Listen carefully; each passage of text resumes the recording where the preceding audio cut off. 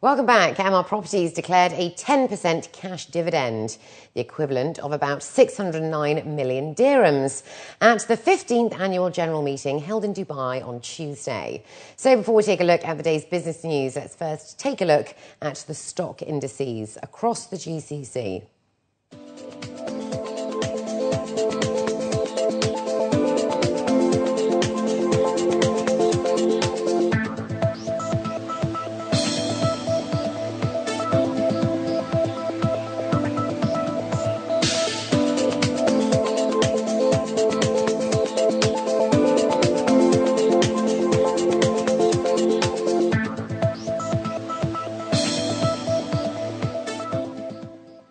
And in our top business story, according to the Organisation for Economic Cooperation and Development, intra-GCC trade, which stands at 8%, is less compared to countries such as the European Union, which stands at 63%. This is among the highlights of the two-day meeting, which focuses on trade and transport facilitation in the Economic and Social Commission for the Western Asia region, which is made up of 17 countries. According to officials, it is an appropriate time to discuss the barriers that hinder the growth of trade in the region.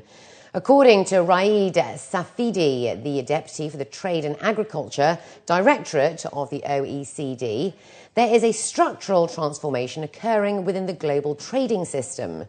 It is critical for countries in the region to realise the significance of cooperation with one another. This will enable them to compete in the global economy, which has a positive impact on the growth and jobs. What is important in here is that, once I recognize mutually the rules and disciplines that any one party within this agreement or within the region, then why do I need to re-inspect the merchandise? Why do I need to go do the same thing? Be repetitive, right? So if the spirit of cooperation actually prevails, then we can see a much better probability to achieve the potential within the region. And of course, not just trade is just a means. We're not after just increasing trade. Increasing trade means more growth and more jobs, and these are the two objectives that we are now trying to promote. While each country already has policies in place, experts say existing formalities, delays in services and delivery of products remain the top challenges.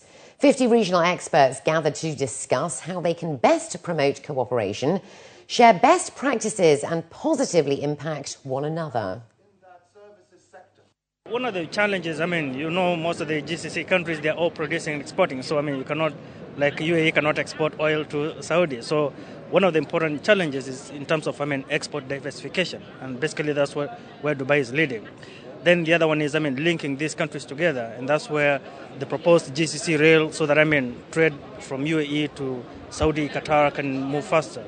And of course, the other one is about technical barriers. Things to do with, formalization of export documents and so forth. For example, why is it that it takes so long to ship products, to transport by road products from Saudi to UAE, whereas, they're just neighboring countries.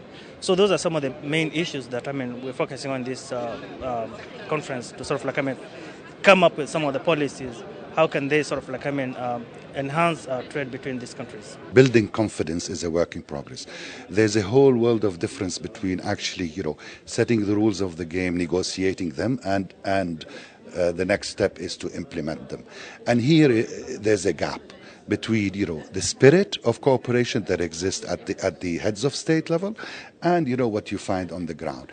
And these issues need to be dealt with. And time to build confidence among these authorities, the different, customs authorities that exist within the region, time for them to get to trust each other. Remember, within the European context, that took 2 decades to build up such a trust.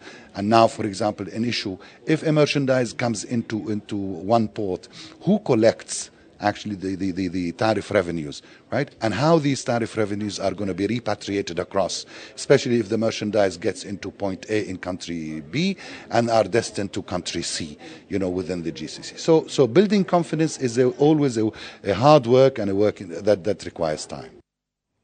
Real estate company Clutton's has revealed an increase in the office and retail market for the first quarter of the year, with price rises most apparent in commercial areas that were worst hit by collapses in 2008.